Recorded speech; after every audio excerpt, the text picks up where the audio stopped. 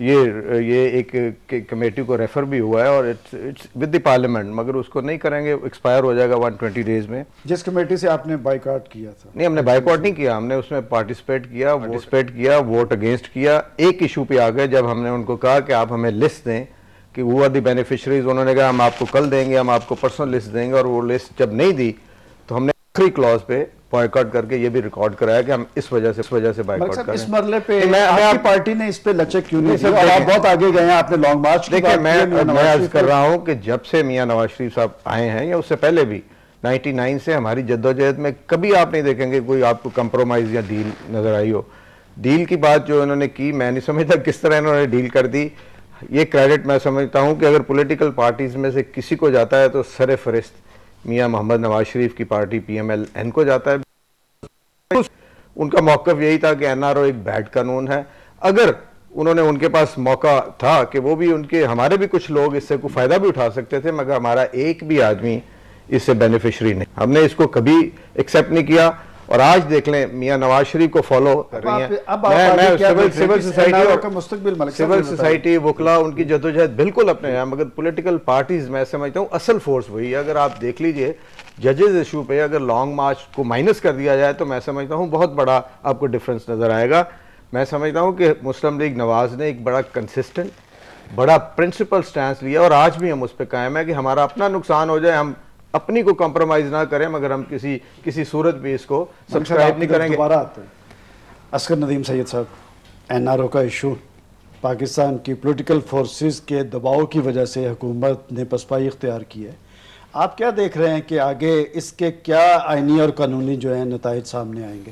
اس سے پہلے میں اس سیناریو کو ذرا اور طرح دیکھنا چاہتا ہوں کہ بدقسمتی سے اب تک ہوتا یہ رہا ہے کہ ہمارے سیاستدان نہ اپنی مرضی سے جمہوریت میں آتے رہے ہیں، نہ اپنی مرضی سے جمہوریت میں سے نکلتے رہے ہیں. بدقسمتی یہ رہی کہ ان کو نکالنے کے لیے 4 شیٹیں تیار کی گئیں، پھر ان کو لانے کے لیے یہ پیکٹ تیار کیے گئے، نام اس کا کوئی بھی ہو. ماضی میں بھی ایسا ہوتا رہا، جب ان کو ضرورت پڑی سیاستدانوں کی، آمروں کو، وہ ان کو جھولی میں بٹھا کے لاتے رہے اور ان کے سارے داغ دھوتے رہے.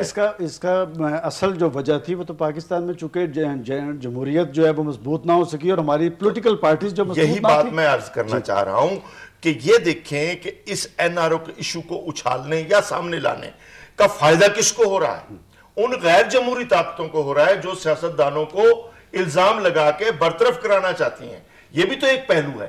تو اس کا فائدہ صرف غیر جمہوری رویوں کو پہنچے گا جو نہیں چاہتے سیاست پن پہ یا سیاسی پارٹیوں کا جو میثاق جمہوریت کا ہوا تھا وہ کسی شکل میں کوئی میننگ پیدا کرے.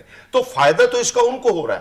اس لیے اس کو اس وقت اچھالنے کا، کیونکہ پھر سارے کیسز لائے، پھر جو پیچھے جو معافیاں ہوئیں، جو کراچی میں معافیاں ہوئیں، جو اور سیاسی لیڈروں کو بینیفٹس ملے یا ان کو ڈور اوپن ملے، پھر وہ بھی سامنے مطلب سارے گڑے مردے جو ہے. نہیں، میرا مطلب ہے یہ تاریخ ہے. میرا پوائنٹ اس پہ آگے چلتے ہیں. حنا جیلانی صاحبہ، اس کی قانونی اور آئینی جو ہیں وہ نتائج کیا برآمد ہوں گے؟ کیونکہ حکومت کا یہ کہنا ہے کہ اب ہم اسے پارلیمنٹ میں پیش نہیں کریں گے. کیا اب یہ NRO موجود ہے؟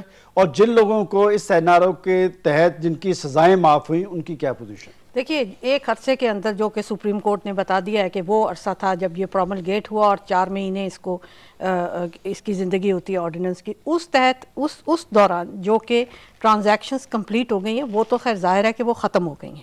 لیکن اس عرصے کے بعد اگر کسی کا یہ خیال تھا کہ یہ ابھی الائیو ہے ایسے قوانین کے تحت اور ایسے پروٹیکشن لاز کے تحت جو کہ سپریم کورٹ نے الٹرا وائرس قرار دے دیے ہیں، تو پھر ظاہر ہے کہ وہ معاملے ابھی بھی اوپن ہیں. تو یہ تو اس کی آئینی اور قانونی. اور اب جب یہ پارلیمنٹ میں نہیں آئے گا تو پھر از خود دیکھیے وہ تو ایک پروسیس ہے. اگر آپ ایک قانون کوئی بھی حکومت لاتی ہے اور لانے والا اس کو ٹیبل کرنے والا اس کو پرسو نہیں کرتا تو وہ ختم ہو جاتا ہے. ظاہر ہے کہ وہ صرف قانون پارلیمنٹ میں لانے سے وہ قانون نہیں بن جاتا یا کسی پر کوئی بندش نہیں ہے کہ اس کو پروملگیٹ کیا جائے. لیکن میں اصغر ندیم سید صاحب کی بات پہ کروں گی. یہاں پہ بات ہوئی کہ ڈیلز ہو رہی ہیں. دیکھیے یہ بات درست ہے، میں بھی یہ سمجھتی ہوں اور میں نے پہلے بھی یہ بات کہی ہے جس وقت یہ اوریجنلی آیا تھا NRO کہ یہ صحیح قانون نہیں ہے، یہ کرپشن کی حوصلہ افزائی کرتا ہے. اور اگر کوئی قوم یہ چاہتی ہے کہ ہمارے ہاں سے کرپشن ایلیمینیٹ ہو اور کرپشن کے لیے اگر امپیونٹی ہے کسی کو تو وہ ختم کی جائے، تو یہ قانون اس کی اس ایسپیریشن کو آگے نہیں کرے گا. خود جنرل مشرف کے دیکھیں تھے نا, نا اس کا مقاصد ہے, اس کی دیکھیں اس پالیسیز کا مقصد ہو یا اس ایسپیریشن کو آگے